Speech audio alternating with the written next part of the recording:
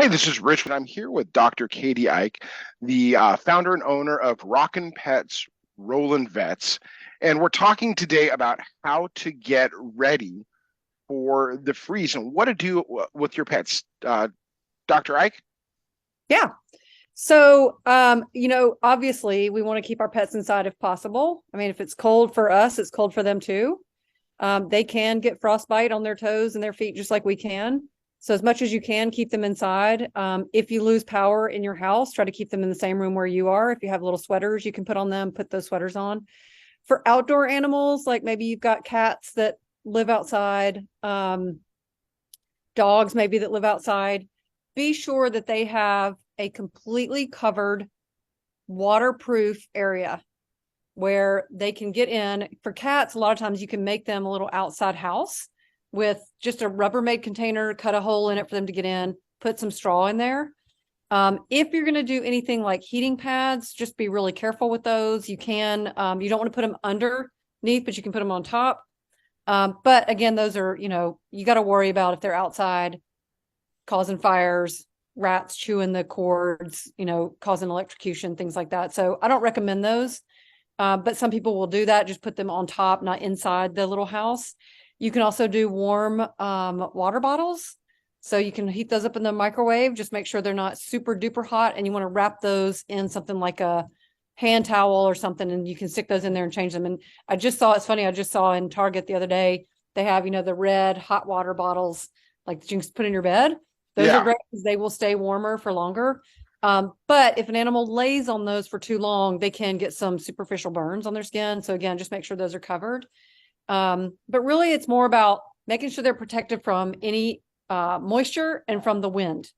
So outdoor cats can stay outside. If you've got feral cats, especially that are never going to come in your house, just making sure that they've got places where they can get in, hunker down, get out of the wind, get out of the rain, that kind of stuff. Okay. Now, I'm a dog owner, and we love our pets, and yes, I'm going to have to force them to go outside to use the facilities. Yep. Are there certain signs that I want to look for in my dogs, just to help me know if they're getting too cold, or what I can do, just things I need to look at and be aware of? Yeah, the best things you can do is just, watch them while they're outside. They need to go out, go to the bathroom, come back in. They do make little booties that you can get like online, or you can go to PetSmart and make PetSmart make little booties. I don't think that we're supposed to get a lot of precipitation, but in years that we do, you'd want to put those little booties on them, but they will start to shiver just like we do. I mean, so Okay. anything you see, like you're not going to be able to tell that their mucous membranes turn blue, like our lips will turn blue and our fingers get purple. You won't be able to see that, but you will see them stand outside and shiver just like we do. Okay. And if they're saying that it feels like may get down to say 2 degrees, how long is a safe amount of time to let them be out there to go use the facilities? Just out to go to the bathroom and right back in. Not long. Not long at all? Yeah. No, you'll get really cold really fast. I mean, fortunately, they've got coats on. But in your little short-haired dogs, like I've got short-haired dogs in my house, they won't last out there very long. So I literally open the door, let them out, and let them come back in. Okay. Is there anything else that we need to know? Just making sure that, if you've got outdoor animals, that their water's not frozen. So you need to make sure that you're changing that water if the water does freeze periodically, and make sure that they've got fresh water. And then any food, if you put out any canned food, that's going to freeze too. So you want to make sure that you've at least got some dry food out for your outdoor cats if they're Okay. not coming inside. So yeah, I mean, it's really about just making sure that they're staying warm. And, last time during the freeze, we lost power in our house, and we have several dogs in our house. And we all just kind of piled up into one room and kind of hunker down together. One thing to be really concerned or really observant about, not your pets, but we had a lot of people get bats come into their house during the freeze last time. And if you have a bat in your house, no matter what happens with that bat, if you think no one has touched it, do not pick it up and throw it outside. Try to get it into like a Tupperware container, something where you don't touch the bat, and let's send it out for testing. We did have a family last year that their whole family had to get post-exposure treatment. So 5 members of their family, because they had a bat in their room where they all were huddled in together, and they threw the bat outside and we couldn't find it.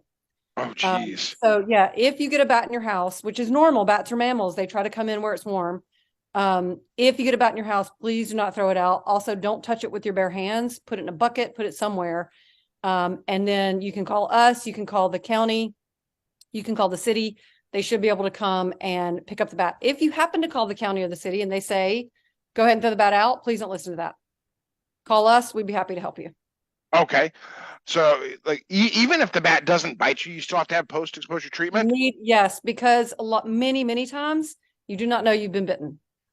Oh, wow. You cannot feel it. If it just brushes against your face, that it's enough. And rabies is 100% fatal. There's been, I think, one documented case in the world ever of a survivor of rabies. So it is not worth taking the risk. Catch the bat however you can, in a net, in a towel.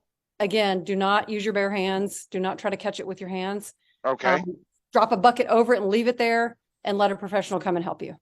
Okay, wonderful. Thank you so much for this. And just tell us a little bit about Rock and Pet Rollin' Vets. So we're a full service mobile veterinary practice based here. We started here in Houston. We now have an office in the Woodlands and also in Austin. And we are 100% mobile. We come to your house. We can basically do everything except for hospitalize. And we don't do like super complicated surgeries, but we can do surgeries. I mean, our trucks are equipped with x-ray machines, ultrasound, laser, dentistry equipment, surgery. We can do blood work, x-ray, all that stuff. And just your normal, well visits. We do all that as well. Awesome. Also, And end of life care. Say again? Also end of life care. That's got to be a rough one. It is a rough one, but we do provide that service, and it's nice when they can be, when that can happen in their home. Yeah. How do people get in touch with y'all? They can either go online and go to rollandvets.com, and they'll find our contact information there. You can call us at 713-987-3237 for Houston and the Woodlands, and you can text us at the same number. So we answer kind of anything.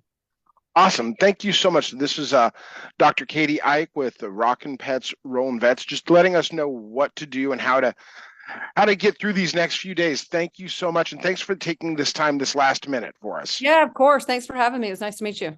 My pleasure. Great to meet you. Be well. Have a great day.